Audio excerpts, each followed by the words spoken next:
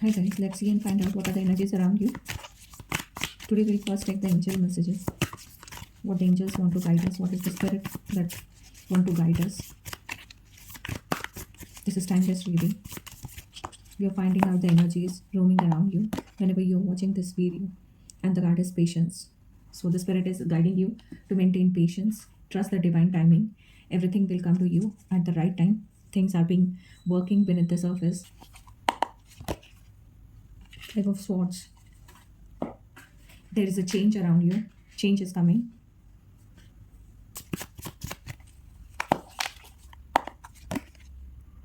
It's Nine of Wands. तो combination आया है 5 ऑफ स्वॉर्ड्स और 9 ऑफ वॉन्ड्स का, जो सजेस्ट करते हैं कि यहाँ पे थोड़ा सा इमोशनल और मेंटल चैलेंजेस है आपके अराउंड में, जो फिलहाल की एनर्जीज है, but then there is a lot of inner strength and there is lot of resilience to bounce back and come out of the situation. So भले ही यहाँ पे थोड़ा कॉन्फ्लिक्टिंग और टीथिंग इश्यूज है, कुछ मेंटल ब्लॉक्स है, बट थोड़ी क्रिटिकल सिचुएशन है, बट शायद लोग हैं जो आपका प्रोस्पेक्टिव समझ नहीं पा रहे हैं या आप अपनी बात समझा नहीं पा रहे हैं. So there is a lot of conflicting and tricky situation around you where others are not understanding your point of view, your perspective, your thought process. यहाँ अभी फ़िलहाल आपके लिए सजेशन है कि जस्ट अवॉइड अननेसेसरी आर्ग्यूमेंट्स और आपको piece ढूंढना है, पेशेंस के साथ चीज़ों को हैंडल करना है. प्राइड और ईगो के फाइट में, स्ट्रगल में, हसल में नहीं पड़ना है. 9 ऑफ वॉन्ड्स का कार्ड है जो आपको रिमाइंड कर रहा है कि although you have been through lot of struggles and tricky situation, handling them very swiftly, but then angel is guiding you to be patient and wait calmly ki trust the divine process. Things are being working beneath the surface and your efforts will soon bring positive results in the area wherever you are aiming for. So ये बस time is testing you and it's not a defeat or a loss of anything, but just don't fight every battle. हर बार आगे बढ़ के लड़े, it's not necessary. Just protect your peace at the time and stay steady. Patience will bring victory towards you. Okay, so this is a general reading. अगर career wise देखें तो then आपकी पढ़ाई लिखाई, वर्क, बिजनेस, फाइनेंसेस, यहाँ पे थोड़ा सा कम्पिटिटिव और टेंस सा माहौल है आपके अगल बगल. So things may be bothering you eight the time. Professionally यहाँ पे आपको बस प्रोफेशनली या जो वर्क वाइज आपको, स्टडी वाइज आपको थोड़ा सा फोकस रहना है. 9 नंबर का कार्ड आया है, so then you are very close to success, you are about to complete and achieve the target. पर यहाँ पे आपको परसिस्टेंस और पेशेंस के साथ काम लेना पड़ेगा. पेशेंस का कार्ड आपको गाइडेंस में आया है, so then yes, you need to carry and hand hold the patience by your side. Just don't quit now, your breakthrough is near. 9 number तक आ गए, सो बस थोड़ा सा ही बचा है.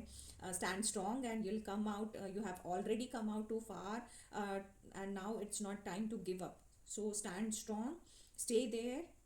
जब समय अच्छा नहीं है तो बेबी स्टेप्स लीजिए, जब समय अच्छा है तो दौड़िए, भागिए. So that veg. अगर समय अच्छा नहीं है, आपको लग रहा है कि अभी थोड़े से स्ट्रगल से आप थक गए हो, लोग आपको प्रोस्पेक्टिव समझ नहीं पा रहे हैं, बाहर थोड़ा कॉन्फ्लिक्टिंग सिचुएशन है, so just stand there, crawl down, but don't just give up. Okay, this is the message in your career and profession wise. प्यार में देखें तो प्यार में भी शायद आप दोनों के बीच में ईगो क्लैशेस है, यहाँ मिसअंडरस्टैंडिंग हो सकती है. यहाँ फिर आपको पेशेंस के साथ, साइलेंस के साथ आपको डील करने के लिए बोला जा रहा है कि मतलब आप अपना प्रोस्पेक्टिव बताने के लिए बहुत आगे हो के, बहुत एग्रेसिव हो के समझाने की कोशिश कर रहे हैं, but your partner is not in the mindset to understand you, to take and grasp your prospective. So take a deep breath and just wait and hold on till the things come out and the situation is under your control. ठीक है, तो 9 of wands आपको बता रहे हैं कि both of you are tired.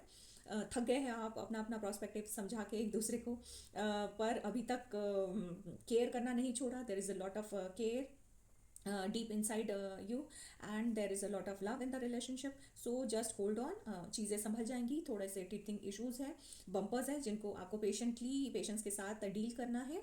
The bond is strong. Instead of proving कि मैं सही हूँ, ये गलत है, वो गलत है, मैं सही हूँ, just focus on rebuilding the trust in the relationship. एक दूसरे को समझने की कोशिश कीजिए. अपने ध्यान में रखिए कि जीतने के लिए या ईगो के लिए ये प्यार नहीं था, है ना. प्यार doesn't need to win, it needs to be understood. So you need to understand your partner in this situation. Just stay in the moment, stay in the relationship, holding your hand and with the trust and patience.